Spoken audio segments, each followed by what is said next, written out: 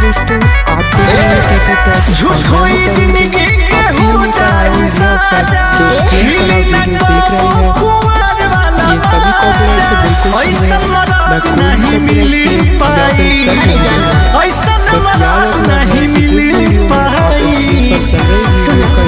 हमके दुल्हन बना लो ना और वीडियो के लिंक डाल दे। यही अकेला कंटेंट नहीं है इस चैनल पर, आपको मेरे चैनल पर बहुत अलग-अलग तरह की प्लेलिस्ट मिलेगी, जैसे new model, green screen effect, mobile game. आप चल रही वीडियो के कॉर्नर पर आई वाला आइकन दे रहे हैं, आप उस पर क्लिक कीजिए, आपको पहले नंबर पर स्क्रीन पर चल रही वीडियो से रिलेटेड प्लेलिस्ट मिल जाएगी।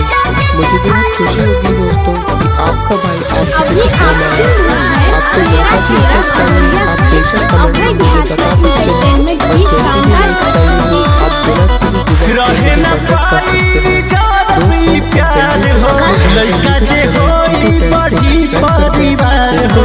हम का करे और भी कोई अफेक्ट वीडियो ढूंढना ना पड़े।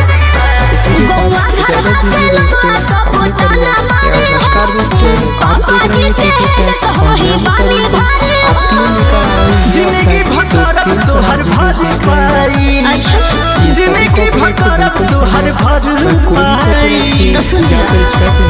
हमके बस लाइक करना है कि जिस भी वीडियो आप स्क्रीन पर चल रहे वीडियो का यूज ले रहे हैं उस वीडियो के डिस्क्रिप्शन में मेरे यूट्यूब चैनल का नाम और वीडियो के लिंक डाल दें। यही अकेला कंटेंट नहीं है इस चैनल पर, आपको मेरे चैनल पर बहुत अलग-अलग तरह की प्लेलिस्ट मिलेगी, जैसे new model, green screen effect, mobile game. आप चल रही वीडियो के कॉर्नर पर आई वाला आइकन देख रहे होंगे, आप उस पर क्लिक कीजिए, आपको पहले नंबर पर ही स्क्रीन पर चल रही वीडियो से रिलेटेड प्लेलिस्ट मिल जाएगी। मुझे बेहद खुशी होगी दोस्तों कि आपका भाई आपको किसी काम आया। आपको जैसा भी इफेक्ट चाहिए आप बेशक कमेंट में मुझे बता सकते हैं, और जैसे भी लाइक चाहिए आप बिना किसी झिझक के मुझे कॉन्टैक्ट कर सकते हैं। दोस्तों बारू ना लइका लइका जमाना, माई से कही के तू करू गाना माना। कैसे कर दी इसी के साथ इजाजत दीजिए दोस्तों, अपने परिवार अपना दिल क्या भी इफेक्ट चाहिए आप बेशक कमेंट में मुझे बता सकते हैं, और जैसे भी लाइक चाहिए आप बिना किसी झिझक के मुझे कॉन्टैक्ट कर देखी हम सकते हैं। तुमान जइहे बाबू माई, देखी हम तुमान जइहे बाबू माई।